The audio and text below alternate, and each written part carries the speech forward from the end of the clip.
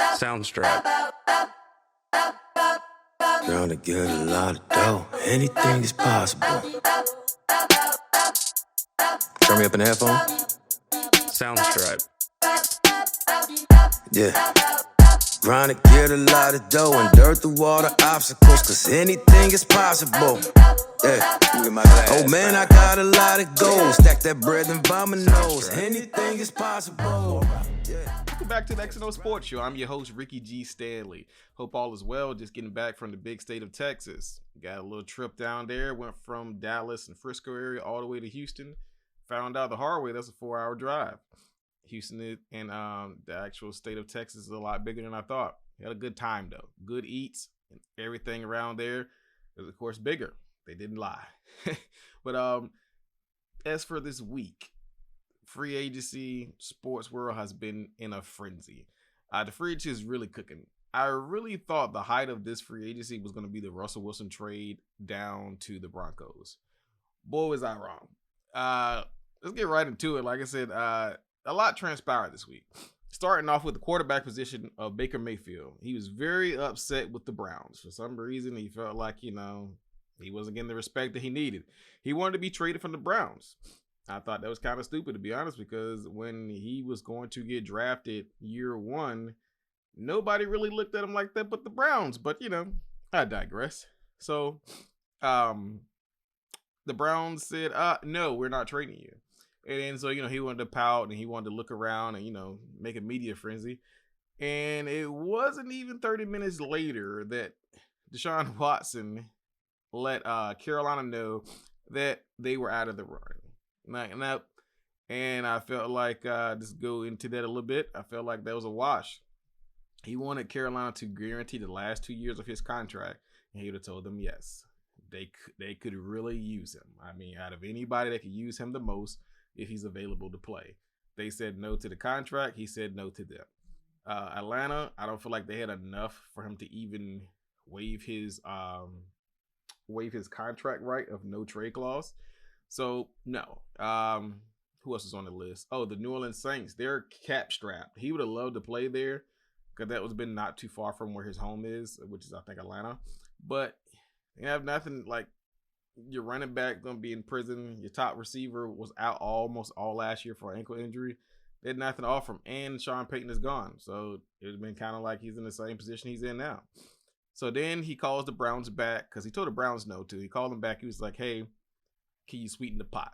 Yes, they did. So he waived his no trade clause. He went to the Browns. The Browns did everything they could to get this guy. And I'm proud of the Browns because they was like, hey, you're our guy. I feel like what we have, you can take us to the next level. The Browns already have a good running game, 2 good backs. They have a pretty solid offensive line when healthy. They picked up the number 1 receiver from Dallas. I feel like he still have a lot to do, Amari Cooper. And you got some burners around them.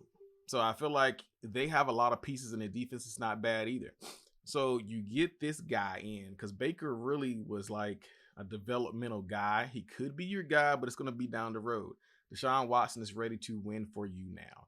You plug Deshaun Watson in week 1, you guarantee in my favor at least 10 wins with him trying to figure it out. He can win you 10 games. That's enough to get you in the playoffs in most divisions, but it depends on how that division is next year. It could be tough.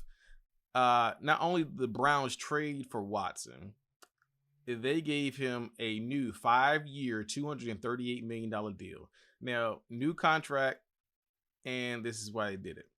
Because with the new contract, he wanted more guaranteed. He wanted his last 2 years of his deal guaranteed. So basically, the way they restructured the deal, if somehow this doesn't work, they can still trade him and get from underneath that big contract. Because I think this year, his salary is only $1 million somehow if he gets suspended for those civil cases. But I don't like to talk about that type of stuff. Let the courts figure it out. But if he plays week 1, most of his money is in bonuses, so he gets it up front. It's guaranteed. It's a win-win for both teams. And somehow they can package him up and send him packing if it doesn't work. So as for Baker Mayfield, it's not looking good. It's not looking good for Baker Mayfield. I really think that they're going to hold Baker as long as they can to make sure that Deshaun Watson can play, and then they're going to send him somewhere else. But I will follow that closely. I really think that I thought the Colts would have traded for him, but they said no. They went with the veteran Matty Ice. So now it's getting worse and worse. But it's not that Baker can't start for anyone else. It's the fact that he's not good enough to move a franchise by himself off of his own ability. So it's going to be very interesting where he lands. Next in line of excitement was DeVante Adams let the Packers know that he was not playing on the franchise tender. He said, no, I'm not playing on it. We all remember when Dak Prescott played on that tender, tore his ankle up. Luckily, he got the contract. But most people don't want to play on that last year of the contract because they can let you go. Kind of like they did Richard Sherman in Seattle. He then was traded to the Las Vegas Raiders. A little fun fact about that is he could have went anywhere and he could have stayed with the Green Bay Packers because they were kind of offering the same amount of money. I just felt like he was tired of them. You know, the fact that they never got him any help other than Aaron Rodgers. The defense is solid. But the thing is, once he's bracketed, who else is going to get open? So it's going to get real interesting. Aaron Rodgers has got that new deal, but he's going to really have to work for it. So see how it works. Like I said, Adams is going back to his old quarterback from college.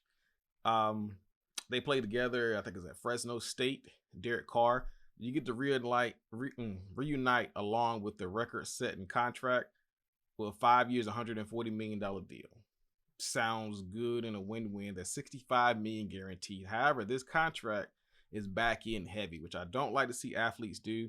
But later on down the day, I may get someone that does the financing of the world. We'll explain why this is terrible, but I'm gonna give you the short version of it. All right, so Adams is 29. His contract is 5 years. So by the time he gets the year of making $33 million off his base salary, he'll be almost 34 years old. There's no one in the NFL is going to pay a 34-year-old receiver $33 million. Either they're going to make him restructure or they're going to cut him. Because at 34, they're probably not going to be able to trade him. So, not saying that he won't be good at 34, but they don't see the value at 34 years old, unless you're probably a quarterback that won 2 Super Bowls. Like I said, 34 years old, making $35 million, it's not going to happen. So, I'll keep my eye on that. Like I said, I may get a finance person on the show to break it down a little bit better. But congrats to Adams. You deserved it. Get your money while you can. While we're on the subject of receiver, Tyreek Hill was traded to the Miami Dolphins. I knew the Dolphins had money, but I didn't know they had that much, but they use it wisely. That's a big trade. They have a lot to prove in Miami. Good Lord. They have a lot to prove in Miami. Tua Tagovailoa, young quarterback, but everybody's like, oh, he's not as good as you think. He can't get the ball down the field. He can't do this, but they have a brand new coach. That coach is from the San Francisco 49ers. He was the run game coordinator. Can he survive without Shanahan? We're going to find out. So now, Tua, you have your weapons. They patched you up with some good old linemen in the offseason. You got a sound defense. Not to help that, you got Tyreek Hill now. So, like, with Tyreek Hill, he brings a lot of explosion. You have Waddle as well. He brings a lot of explosion. And also, Tyreek Hill has been in the league for a while, so he understands the leadership capability. But everybody's talking about Tua's arm strength. Can he get the ball down the field? He can get it down there good enough. If I'm the coach, I see I got Tyreek Hill, I got Waddle, I got a tight end. I'm going to have a good running game no matter what. I'm going to make sure he gets the ball down the field. The biggest thing with Tua is it's not that he can't get it down the field. A lot of times he doesn't have a big arm, so he's going to need a little bit more time. So those screaming wide open throws that Patrick Mahomes normally give him quickly, he's not going to have those. But he may have to run a deep over or some jailbreak screens to get the ball in his hands, get him speed and space. I think it could work. Matter of fact, for 4 years, $120 million for Tyreek Hill, it better work. If Tyreek ain't going, if it don't work, Tua will be. So, like I said, Tyreek should feel good about this option. I think that he is one of the better receivers in the league. It did not help that Adams signed that big contract right before he elected to want to get his money. If I feel like I'm the number one receiver in the NFL and another guy signs a big deal, the Chiefs needs to make that offer. They couldn't agree on the deal. So, his agent Drew Rosenhaus got him down to Miami. 4 years, $120 million, $72 million. I think that is like $12 million more than Adams' contract. So if he didn't get it with the Dolphins, someone would have gave it to him, preferably the Eagles. I was hoping that if the Dolphins didn't come through, the Jets, I feel like he wouldn't want to go there. We could have offered him at least more guaranteed money. I don't think we would have gave him $120 million. But like I said, if he didn't get there, he would have got somewhere else. But they gave up 5 picks total. I want to say it was 2 number 1s, a couple 2s, and like I said, it was a couple picks later on down the road. But the thing is, you're not going to find a Tyreek Hill in the NFL draft. So why not give up those picks now? I don't see why not. I would have. Like I said, they got guys coming in the league, but they're fast, but they're not going to have the polished skills as Tyreek Hill. He's not the best route runner, but I promise you, no DB fears a receiver more than this guy.